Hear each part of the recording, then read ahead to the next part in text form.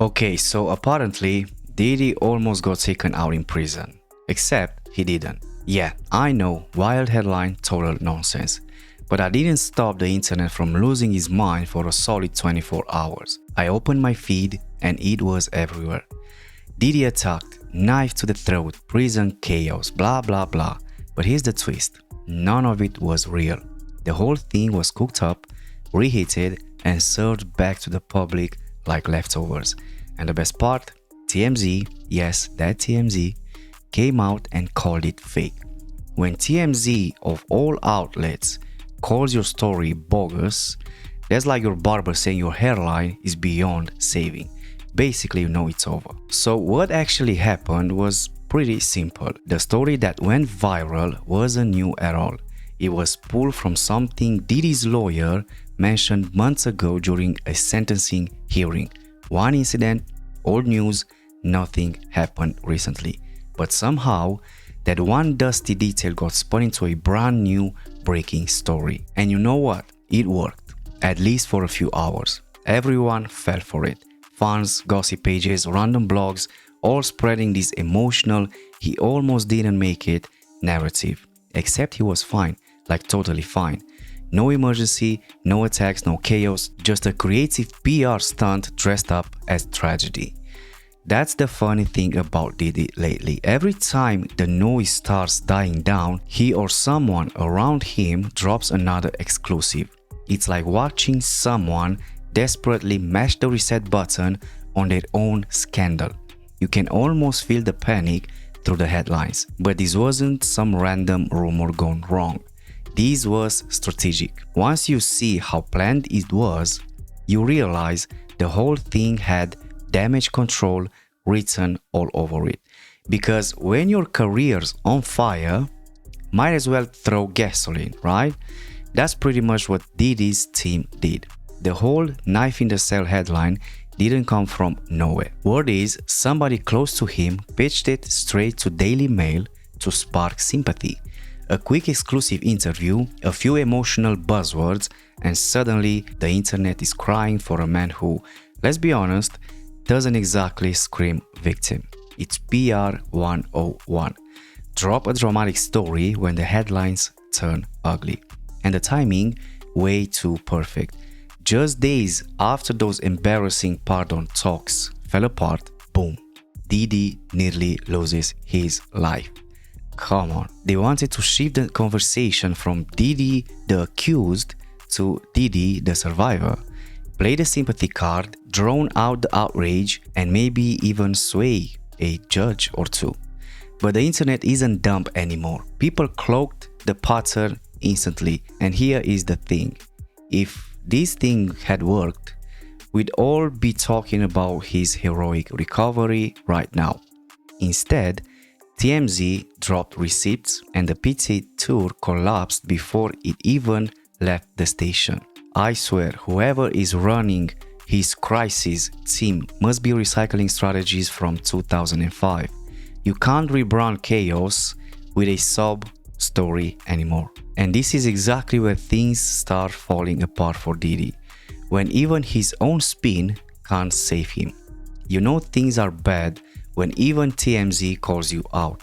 These are the people who'll chase a rapper's cousin's Uber driver for a headline. And even they said it. Nah, this one is fake.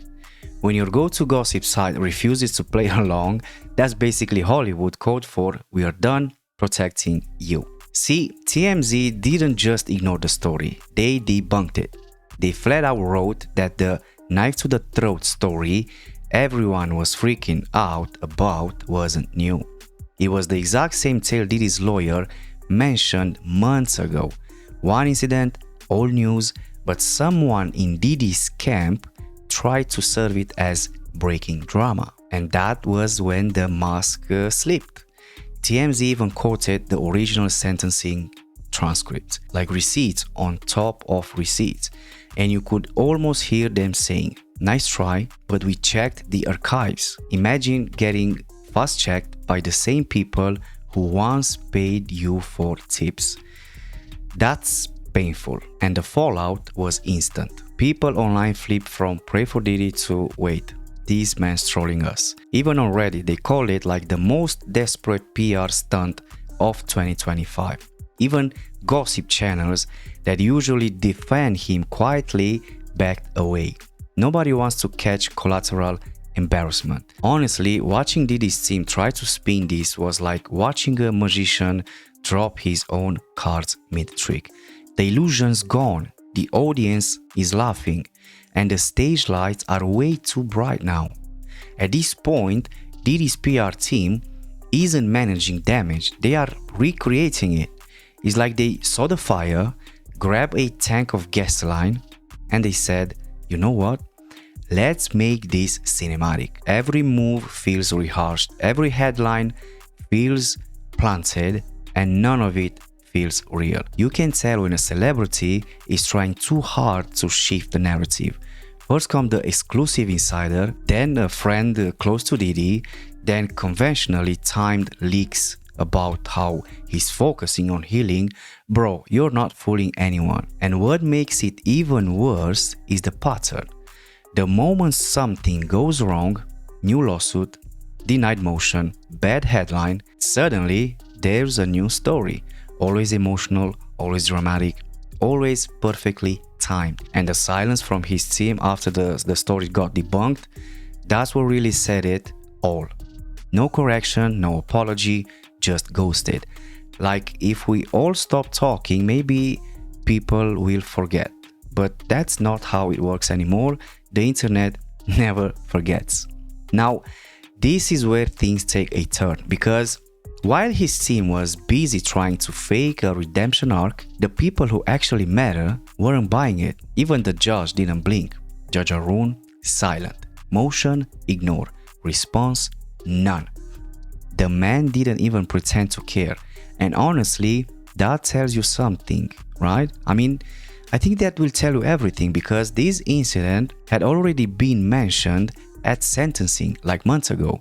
Everyone in the courtroom already heard it. His legal team has to know how bad this looks. It screams manipulation, and judges hate manipulation more than anything, especially when it's dressed up as pity. Meanwhile, the silence from his lawyers was deafening. Usually you don't get a vague no comment or we are investigating, but not this time. They just vanished, probably too embarrassed to explain how the new shocking story turned out to be last year's leftovers. And now, with no public statement, no correction, and no accountability, the silence becomes its own statement. And it's not a good one. Because if your truth needs to hide behind PR, then maybe it's not the truth at all. You ever notice how fast Diddy went from music mogul to walking headline?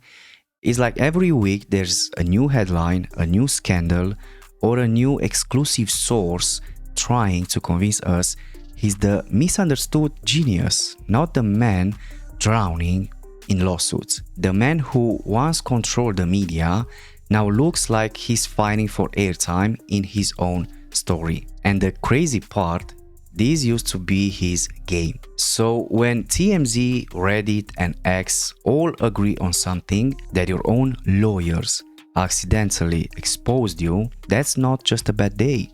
That's the end of an era.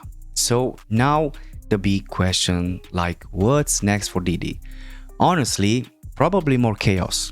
Because every time it seems like the story is dying down, he finds a way to throw himself right back into the spotlight. Whether it's a mysterious source, a fake attack story, or some emotional letter, he just can't stop feeding the beast that's eating him. And let's be real, even if another exclusive insider shows up tomorrow with a new story, it won't land the same.